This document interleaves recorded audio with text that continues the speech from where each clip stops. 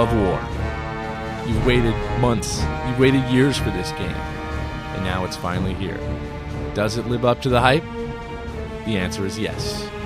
Now, what Epic has done is created, quite simply, a masterpiece, and a game that will go down as an instant classic, and it's the killer app that the 360 has been waiting for 1 year after its launch. The key to Gears of War is all about the new cover system. Basically, you're going to be able to attach yourself to any wall, to any tree, to any bombed out Honda Accord on the streets of the planet Sarah, and you're going to be able to stop and pop and move from cover to cover as you take out the Locust Horde.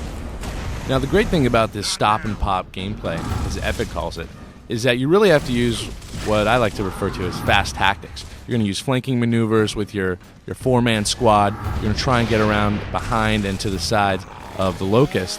And from behind cover, you're going to have to stop, look up for just a split second, get off a few rounds, and get back into cover. Because on the harder difficulty levels, a few seconds out of cover, and those guys are going to hit you with a headshot, and you're going to go down. Personally, I recommend ditching the casual difficulty level altogether. It's a bit too easy, even though there is a significant challenge down the line in the final stages. The hardcore is a great place to start out because immediately from the very first map, you're going to feel challenged as you work your way through the planet Sarah. Now, the great thing about Gears of War is they've really created a fantastic atmosphere on the planet Sarah and all the different environments you're going to see. You're going to start out on the bombed out ruins of a city, and the architecture just looms over you, these old Greek and Roman inspired temples, just, stories high. And it really is such a beautiful game to look at, just to look at the buildings. And then you're going to move through a village at nightfall, and it's spooky, and it's kind of a survival horror map. Then you're going to go through these glowing mines. You're even going to get in a minecart. You're going to get on a speeding train. It has a ton of great-looking environments, and they all feel distinctly different from each other.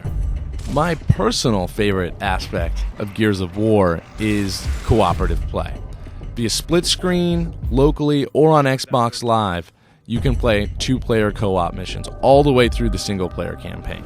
And it's really as if Epic designed the game to be a co-op game. And on the single-player mission, it's just that the computer controls your co-op partner. What's great about co-op is together, you're going to work your way up the map. You're going to be able to revive each other when someone's down. You're going to be able to flank on the fly and go through all these basic tactical maneuvers together. And it's tremendous fun. I like it better than even the co-op play on Halo and Halo 2. Now, the versus multiplayer on Xbox Live and System Link, if you want, is pretty great.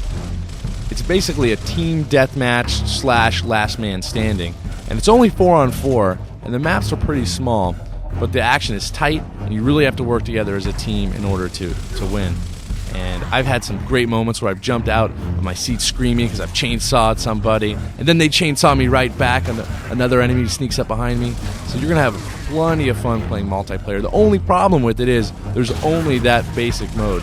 There's also a kill the leader mode. There's also another mode called execution, in which they have to come up and chainsaw you in order to finish the job. But basically, it's team deathmatch. It's 4-on-4. And I would have liked to see some capture the flag. I would have liked to see even just an 8 versus all original deathmatch. Something other than the team deathmatch concept. Because sometimes I just like to go by myself and chainsaw people. In the end, though, Gears of War is obviously an instant classic. Already, it has my personal vote for Game of the Year. Although the campaign is relatively short, the 3 difficulty levels make for an awesome challenge, and I think beating this game on insane difficulty is going to be right up there with beating Halo on Legendary. It's going to be a feat you're going to tell your friends about, get really excited about.